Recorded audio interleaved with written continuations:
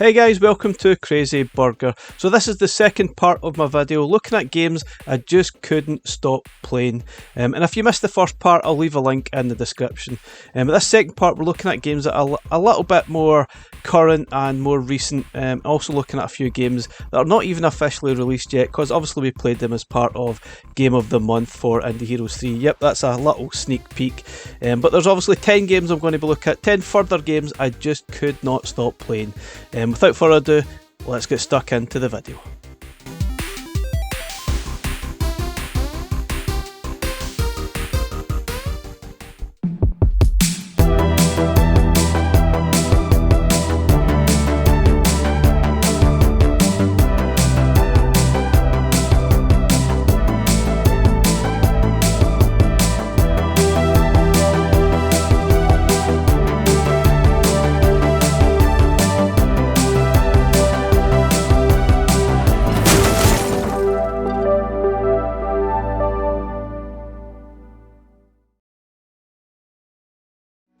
Okay, so first up from Team 17 Collection 1, it's the brilliant little single screen platformer game called Quack, and I absolutely love this game. It's so good, very simple to pick up and play. It's not very complicated, you just have to collect the keys, get to the exit. There's obviously a lot more to it than that. There's sort of bonus things you can pick up. You can obviously fire eggs at the enemies. You can also try and avoid killing the enemies to get a kind of bonus peaceful achievement award, but sometimes it's almost impossible to not accidentally kill some of the nice enemies there that you see on the screen. But yeah, you do get a good bonus if you manage to do that. There's lots of gems to pick up. There's obviously armor you can pick up. There's other things as well going on in the game. There's so many things going on in the game, it sort of gets a bit overwhelming, but I found myself thoroughly enjoying it. It's so simple, the graphics are lovely and colourful, great sound effects, great music, everything's just brilliant. I really love it. Now, I never actually played this back in the day on an Amiga because I never had one, so it was really nice to get this on Evercade, and I think it's a great little game.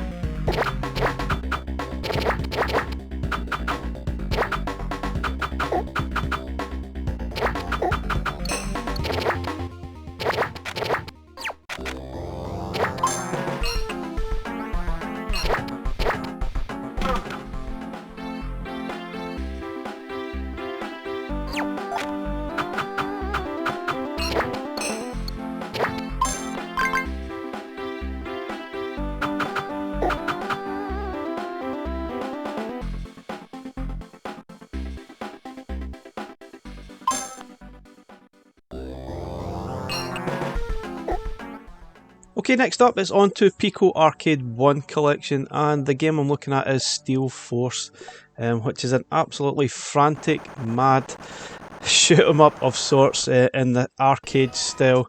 Very much a little bit like a mix between Smash TV and Alien Breed, but it's just frantic, mad, loud, crazy stuff. Absolutely brilliant, and it's very addictive. You just can't help but just make your way through the levels. It's very easy to play. Obviously you've got the infinite continues. If you want to challenge yourself, you could probably limit that, I guess, but nah, that one's not for me. I just love to blast my way through every level, get to the boss, then move on to the next world, and I just kept playing. I just could not stop playing. It was so much fun. Sometimes you get some improved weapons as well. Some of the bosses were quite easy and some were kind of stupidly difficult. There was no in between, but a fantastic game, thoroughly enjoyed it, and I would recommend this one to anybody. Very easy to pick up and just keep playing, absolutely brilliant. And I'm glad we've got this one on Evercade. What a great find this is, brilliant stuff.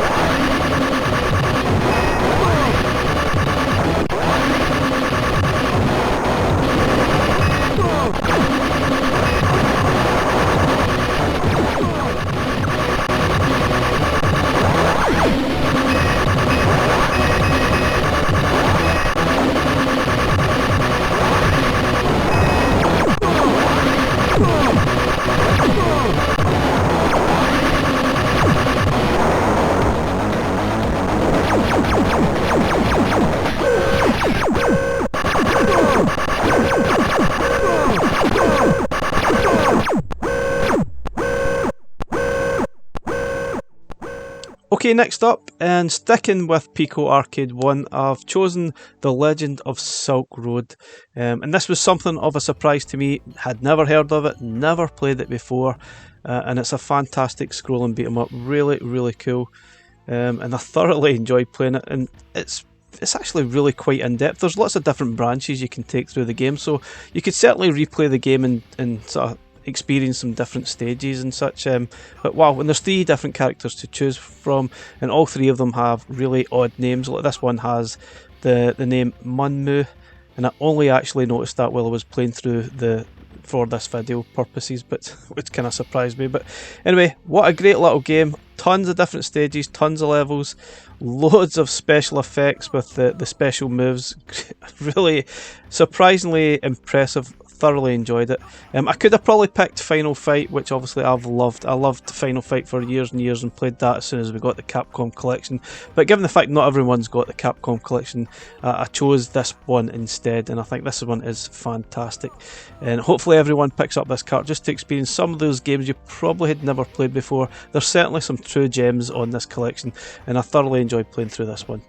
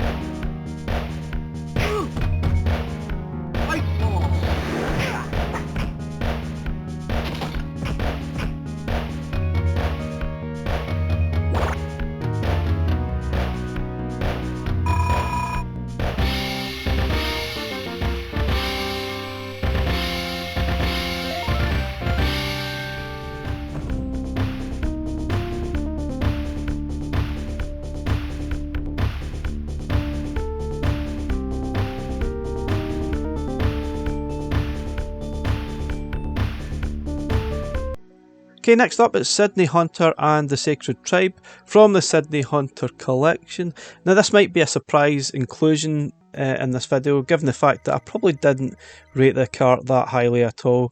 Mainly due to the fact I don't think it's a very good value collection at all. However, I definitely played this game a lot and through to completion and thoroughly enjoyed doing so. However, it is a little bit frustrating at times, and I think you have something like 3 or 4 lives, but you die quite frequently, so this is one of those games you're going to have to use those save states and use them often, because I think without them I probably would have gave up and would have probably died literally from frustration and probably had a few rage quits, that's for sure. But I still enjoyed it. I think using those save states certainly saved the game. That artifact there gives you invincibility so that you can get through some stages of the game. I don't think it's that necessary for this particular part, but near the end you certainly need to utilise it. The point of the game is trying to escape this temple and save the sacred tribe, I guess, by collecting all the gems. I think there's about 120 of them. But I got frustrated that I think it would be really good if you could actually jump straight up rather than always jumping in diagonals. But I guess if you could jump straight up, it would probably make the game a little bit easier. Only being able to jump in diagonals mean you have to place the character in specific ways to get to the gems and get to the platforms, so to speak. The red gems, I think, give you 5 extra gems instead of just 1. Per the standard. But what a great game, thoroughly enjoyed it. Certainly the best game on this collection for me, and one I just could not put down.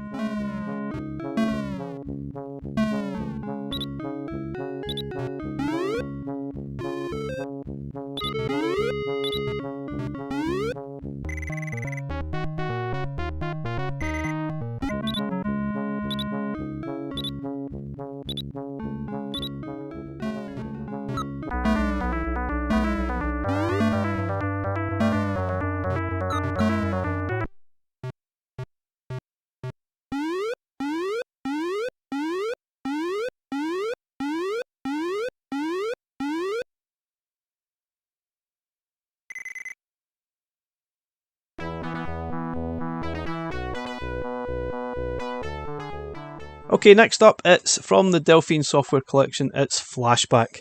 And what an incredible game this is. This was definitely one of those games that stuck out back in the day, that cost me 45 quid on the Mega Drive from one of our stores called Dixon's here in the UK, which doesn't exist anymore. But I really loved it. I enjoyed playing through it. I mean, I think I probably played through this first level numerous times. Never really got anywhere, but still enjoyed playing it. It's certainly one of those games that takes a little bit of getting used to the controls, and it definitely did back in the day playing it on an actual Mega Drive, using those 3 buttons that you had on the controller.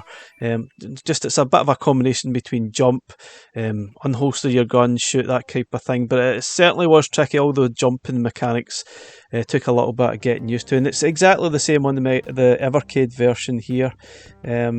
But with those save states, it certainly takes the frustration away. I know I've mentioned that probably a few times. Those save states definitely make a massive difference in making progress in these games. And I've got further in Flashback than I ever did before back in the day. Even got to see the second level, and I'm making good progress through the game. I think it's a fantastic game.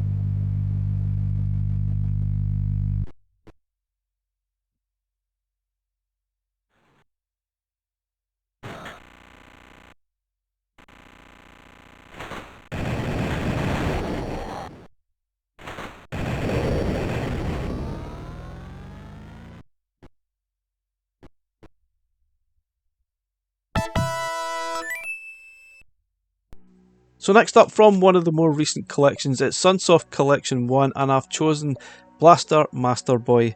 You have to be careful how you say that, because if you say it too quickly you'll probably say something completely inappropriate. Anyway, moving on. Blaster Master Boy, fantastic Game Boy title that's on Evercade, and it's not one of those games I'd played before. So this is something I love about Evercade and some of the collections that get released. Playing amazing games that you never heard of or never played before back in the day. And this is a pleasant surprise. I thoroughly enjoyed playing this game. It's a kind of a Bomberman style game, although it's obviously not a single screen game. It's got kind of a level based with bosses at the end of each stage as well. And most of them are pretty straightforward and easy to do. But it's a very addictive game, and there's got a little bit of depth to it, given the fact you've got different types of bomb. And you also can utilise things like dinghies to go through the water, otherwise you would drown within a couple of steps. And also you've got lanterns which you can help to make you see in the dark, but you need to press that select button to choose those different options, otherwise you will just drown or you will just be stumbling about in the dark type of thing. And yeah, there's bosses which are fantastic looking. This is really great for a Game Boy title, really quite impressive. And yeah, I absolutely love playing it. I'm still playing it at the moment. Obviously this game was just released fairly recently and I'm still making my way through the game, but I'd highly recommend this to everyone, and I think this is definitely the best game on the collection, arguably. I know there's a lot of people like other stuff here like Blaster Master, can't remember what way it goes, or Mr. Gimmick, that type of thing, but I think this one was certainly a little bit less frustrating than those two games, and I enjoyed playing it. Really would thoroughly recommend it. Great little title.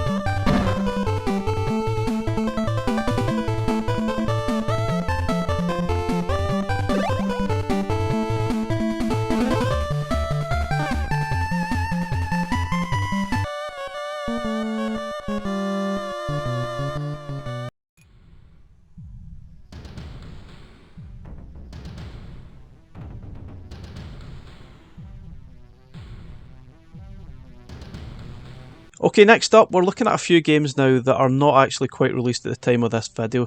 This next game is Full Void, which will be Evercade's first ever single game cart, and it's getting released mid-November. But I could not help myself, I had to buy the Steam version. There are other versions out there on Xbox, I believe, but this is the Steam version we're looking at. It should be pretty similar to the Evercade version. I don't see it changing too much at all. Obviously it's utilising those sort of old style retro graphics which look absolutely fantastic. This one is oozing atmosphere, and you're obviously constantly seemingly getting chased by this kind of monster and this kind of futuristic dystopian setting that we've got here. It's absolutely brilliant. They've clearly been inspired by so many different things like Stranger Things, Another World, bits of Flashback, and even stuff like Akira that you can see through in different parts of the game.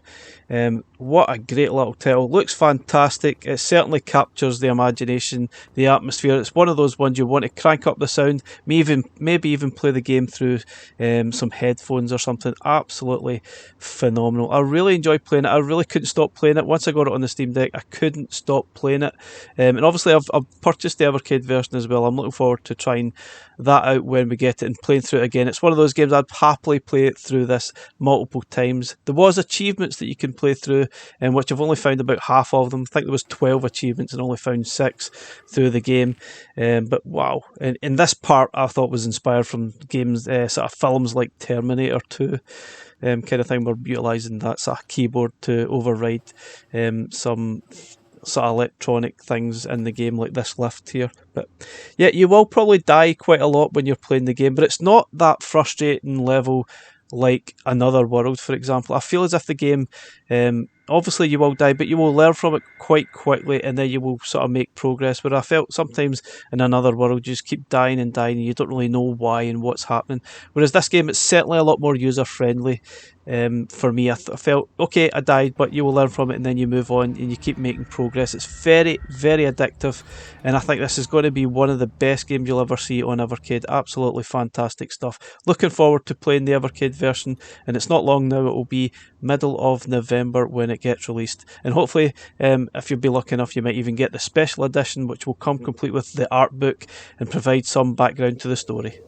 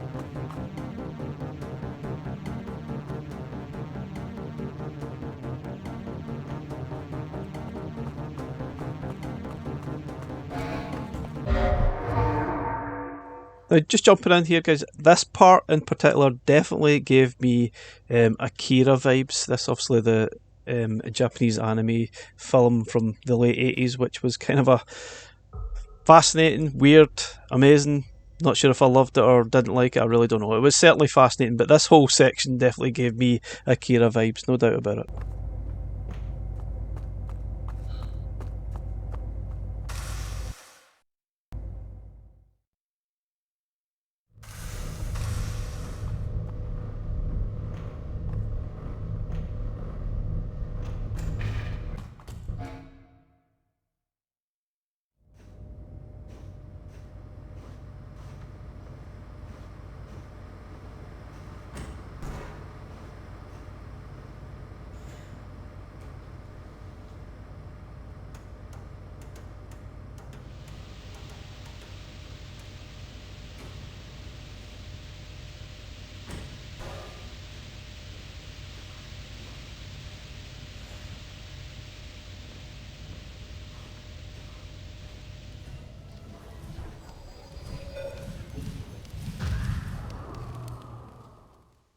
So next game is Witch and Wiz, which will be released at the end of November on the Joe Kart with Good Boy Galaxy. And this is a single screen puzzle game, which is right up my street. Absolutely love it. This game, I actually purchased this on itch.io, and it's fantastic, really good. Not really sure it's worth being on a Joe Kart, so to speak, but it's still a really good game. And it's very addictive stuff. Quite simple, you need to clear the screen of all the bad guys that you see there. Okay, I say simple enough, but it does get very, very difficult. I've been stuck on some levels for probably weeks on end without making any progress, but I keep going back, and eventually once it clicks into place, you kind of get to the next level and you make on. But things do get a little bit trickier as you get to later stages. You get a second character. Obviously it's called Witch and Wiz, so there's two characters at your disposal in some levels, and then there's different effects that happen. The levels get mirrored. You can go up and down the screen, and then you get a kind of an alter ego type of thing as well in some stages later as well. But wow, really addictive stuff, very, very good. I don't think it's the best example in this genre. I definitely preferred Millie and Molly. That was probably a better game for me, and it's based on a game called Cat Flap, I think it's called, on the Game Boy. I might have got that wrong. But yeah, I really enjoyed this game, and I did keep playing it, and I'm still playing it right now.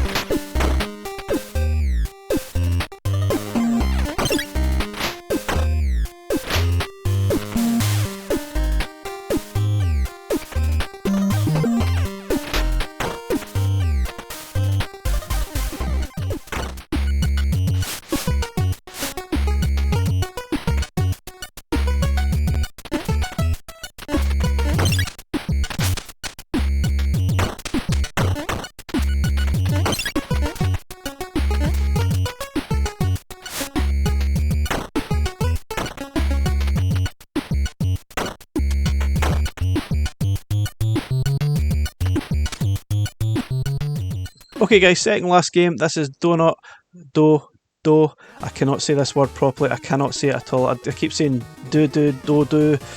I say all sort of different sort of versions of it, but yeah, whatever it is, this is one of the most addictive games I think I've played in recent years. Absolutely fantastic.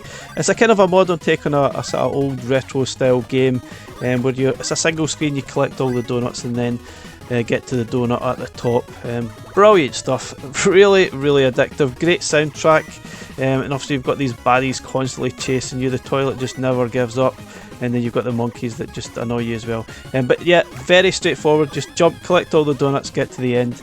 And I just kept playing this. When we had this as part of the Evercade Game of the Month for Evercade's sort of Indie Heroes Collection 3 that's coming out February 2024. I kept playing it, I could not stop.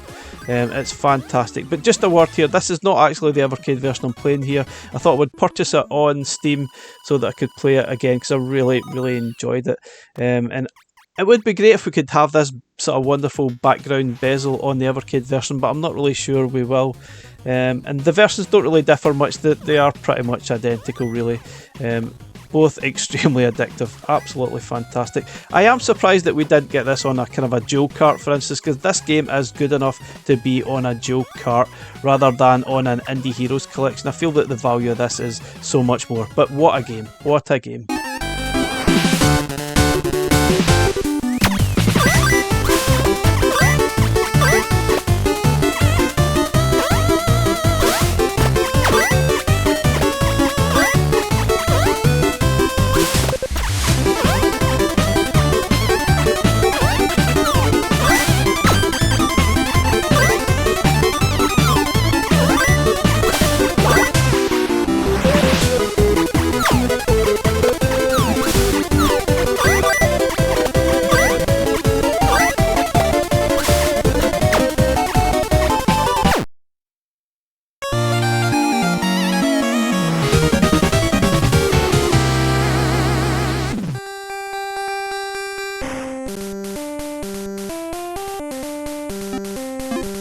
So on to the final game. This is Big Too Small. This was also part of Indie Heroes Collection 3 Game of the Month, which was, I think it was June, July that it was released as part of Game of the Month. And this is a fantastic game. I got very addictive to this, and I played this pretty much all through June and even into July. I didn't even bother downloading the next Game of the Month because I was so addicted to this. I wanted to complete it, and I was not giving up till I was done. And I loved it. I really loved it. I think one of the best Game of the Months we've ever had. It's very simple looking, it's very basic, there's nothing really fancy about it at all.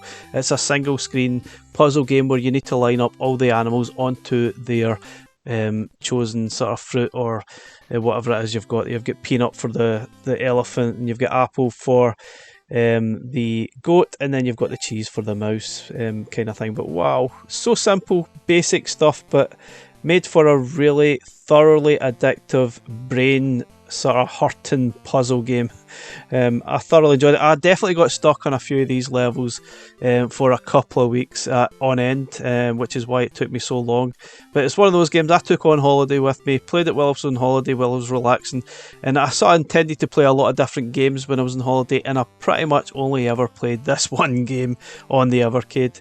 This is the official Game Boy version, which I downloaded to play on my Steam Deck, and this is actually free to download on itch.io.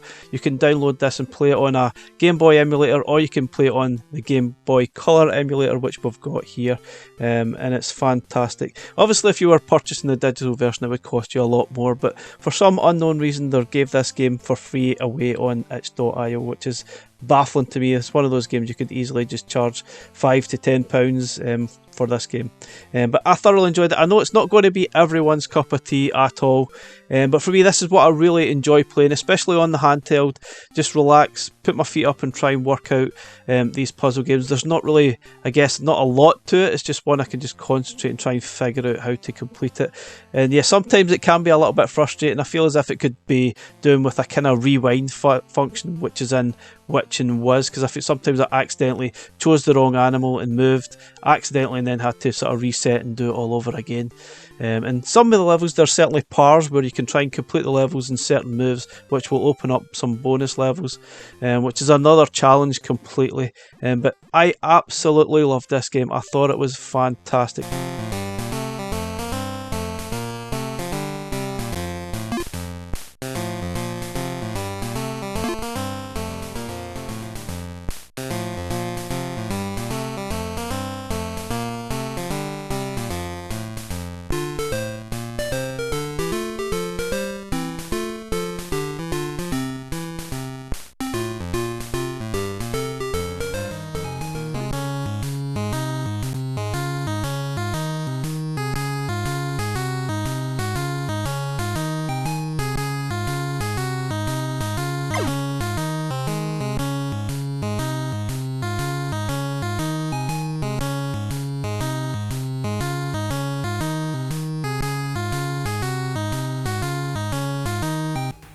So despite actually completing this game, I'm still struggling replaying some of these levels and can't figure out how to complete them, which is kind of fascinating. So that bodes well for getting the Evercade cart when it comes out. I'll be able to play this game all over again and get stuck and frustrated all over again, which is kind of funny. But guys, let me know what you think. What games would you include as games you just could not stop playing?